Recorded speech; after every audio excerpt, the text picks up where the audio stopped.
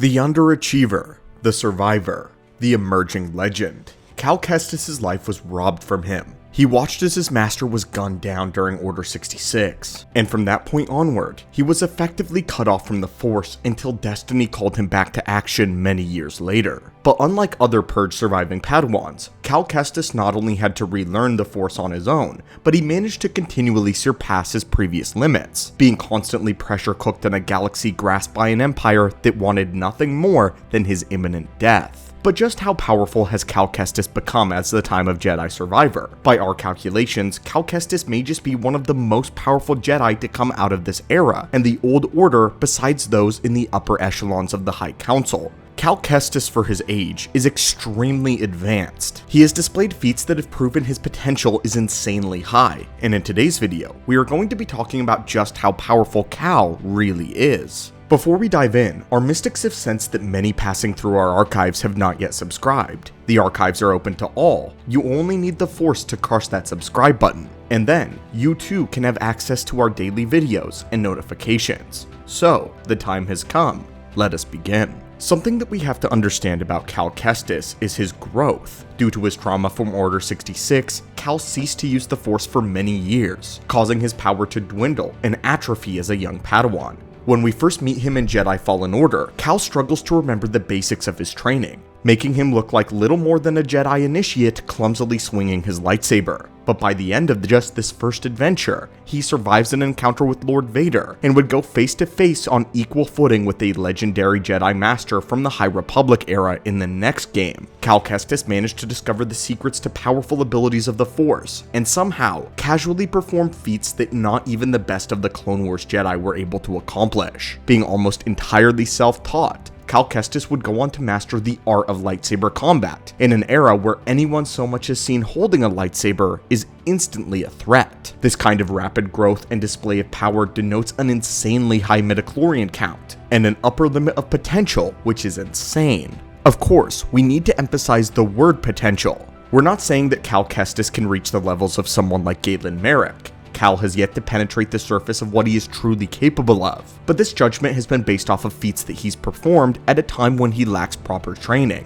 But let's get deeper into it. What specifically has Cal done? Like many of these holocrons, we start where Force users shine the most, in telekinesis. And it just so happens that with telekinesis, Cal Kestis is extremely gifted. He as a Jedi initiate was talented with the ability of Force Freeze as well as Force Slow. Back when he was trying to relearn his abilities in the Force, Cal was able to instinctively use an ability that is not common to many Jedi. Force Freeze has become as popular as any ability to him, but back in the era of the Clone Wars, to freeze or slow an object in motion was not a simple task, and usually required a great deal of concentration and effort. This was different from simply moving an object. They weren't just contending with gravity, but with the object's own velocity. Cal was able to casually slow giant fans, as well as several enemies at once, making it appear as though they were moving through water, and their reflexes slowing dramatically. Beyond this, Cal was also able to easily slow the currents of a Force-powered rock storm, storms that protected certain sectors of Zepho tombs. These rock storms were usually massive, reaching about the size of one of our world's tornadoes, and moving giant chunks of rock and debris at sonic wind speeds. For the Clone Wars, it may take several Jedi to tame this storm, but Cal was able to slow it himself and move around it freely. Again, he is still gaining control and learning here, far from the peak of his potential. But we believe that his potential is absurd. As we see later on, Cal Kestis gains a significant boost in his power when he dips into the dark side. The game developers of Jedi Survivor mentioned that his power is dialed up by 10 levels when using the dark side. This is displayed when he literally freezes an entire room of stormtroopers, making it appear as if he has literally stopped time around him so that he can kill them at his leisure. The reason I compare this to stopping or slowing time is because the troopers being frozen don't act like those under usual Force freeze. Best illustrated recently by Kylo Ren, when someone freezes another with the Force, they are still fully conscious in real time, just paralyzed everywhere except for their internal vitals. However, when Cal freezes or slows an enemy, they seem to be caught in a moment of time, continuing in their present course of action and not deviating or making sounds of confusion until the effect is over. The only other person we've seen explicitly pull off this feat is Emperor Valkorion in Legends continuity.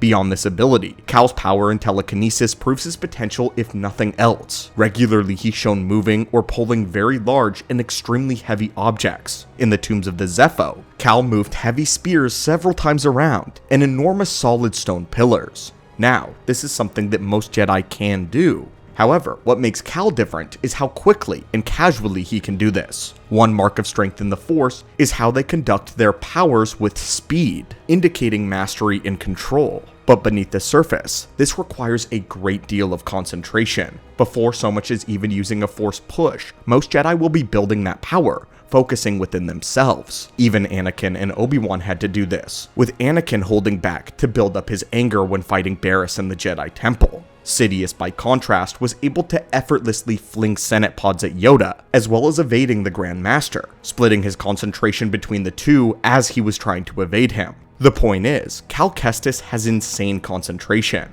and he is able to move the objects around fairly casually, holding them and moving at the same time. With just a flick of his wrist, he can move several tons of weight, or hurl many chunks of rock at enemies. Cal has been faced with multiple squads of stormtroopers, and Cal always comes out on top. But these are with those that cannot touch the Force. What about when Cal fights other Force wielders? Well, he's been shown that he's actually very good at resisting them. He was able to break Bode's Force choke off himself, and even match the legendary Jedi Dagan Gera in a telekinetic tug of war. And although he was no match for Vader, we can give Cal credits for being able to at least pull down a chunk of machinery while in the midst of being Force choked. In the realm of mental abilities, Cal is naturally skilled in psychometry, an ability that allows him to sense echoes in the Force. These echoes can be attached to an object or a place, allowing the wielder to look into the past and see the person who touched the object last. More advanced wielders like Cal can even sense their emotions and a little bit of their intention. Cal's ability in the mind went beyond a single power though, as he was born with a unique ability. Cal had the ability to influence the minds of other beings into attacking their allies, which he's done several times with stormtroopers. Cal has ended up getting to the level of being able to dominate the minds of even purge troopers.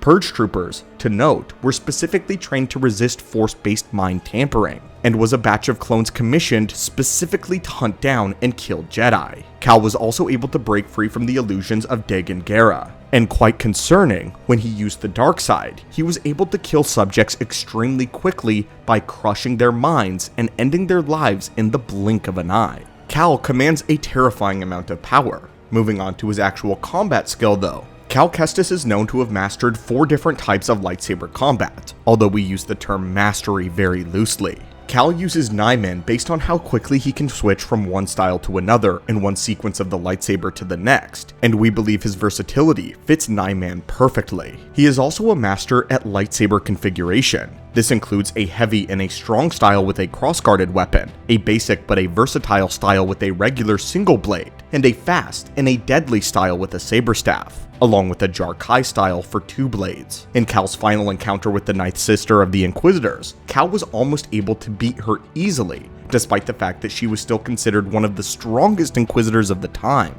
This is also a younger Cal, and she was simply no match for his speed and his increased battle technique. Speaking of Cal's technique, he was able to defeat Dagan Gera's companion, Ravis, by outmaneuvering him and slicing off both of his arms. For reference, the only people to defeat Ravis before this was a team of High Republic Jedi, all working in tandem. But Cal did it on his own. Now of course Ravis' skill had been reduced from having been put in stasis for so long, but that doesn't lessen a feat like this. And of course, Cal was able to keep up with Dagan Gera in lightsaber combat, and eventually even defeat him. Again, Dagan was considered a legendary Jedi Master of the High Republic Order, which were much more powerful in comparison 1-to-1 than even Clone Wars Jedi. They were simply more peaceful and even a little bit more advanced in the Force. But that doesn't matter for Cal. He has also shown some skill in his combat abilities concerning his physical speed and prowess. He bolsters his physicality using the Force, and he appears to have mastered this. While most Jedi in Order 66 died under relentless blaster fire, and their sabers could not keep up with it, Cal was able to deflect a minigun fire at one point at blank range. This kind of defensive speed puts him on par with a feat such as Obi-Wan Kenobi. Not necessarily on the same level, but a similar feat.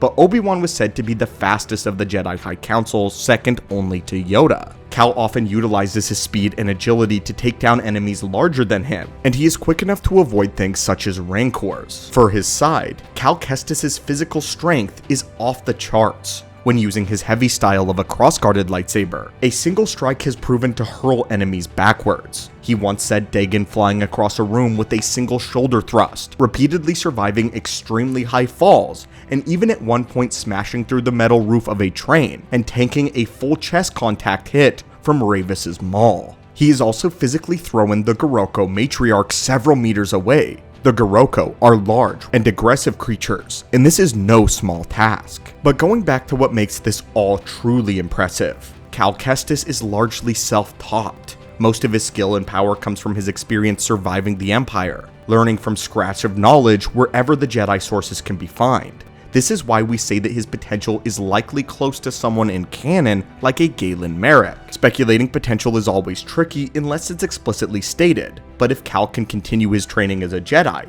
especially in this more hardened era, he definitely power-wise could rise to the level of someone on the Jedi High Council. Cal is young, and his powers in the dark side are also growing. Again, purely speaking on power to power, Cal's upper limits are at the top of the Jedi. Cal is a legend writing his own story, paving the way as one of the ultimate Jedi, a Jedi forced to find their own path, and hopefully we'll see him again very soon.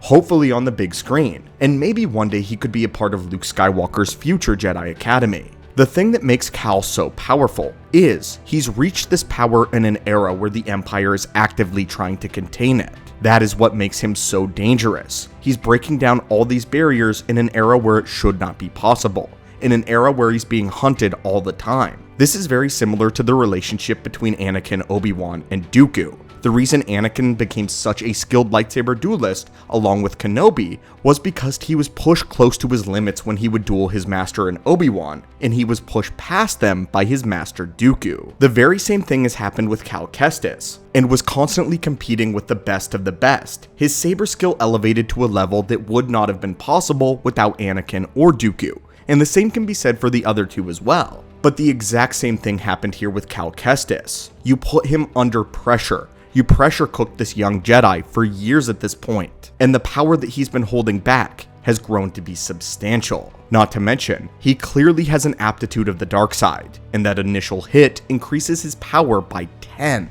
He's been holding back his anger for so long, so beneath the surface, Cal Kestis has the potential to become somebody very dangerous, but so far has mostly stuck to the good path. But anyway friends, what are your thoughts on this? And what are your thoughts on the shocking power levels of the Jedi Cal Kestis? As always my friends, hit that subscribe button for more Star Wars lore, and have a phenomenal day.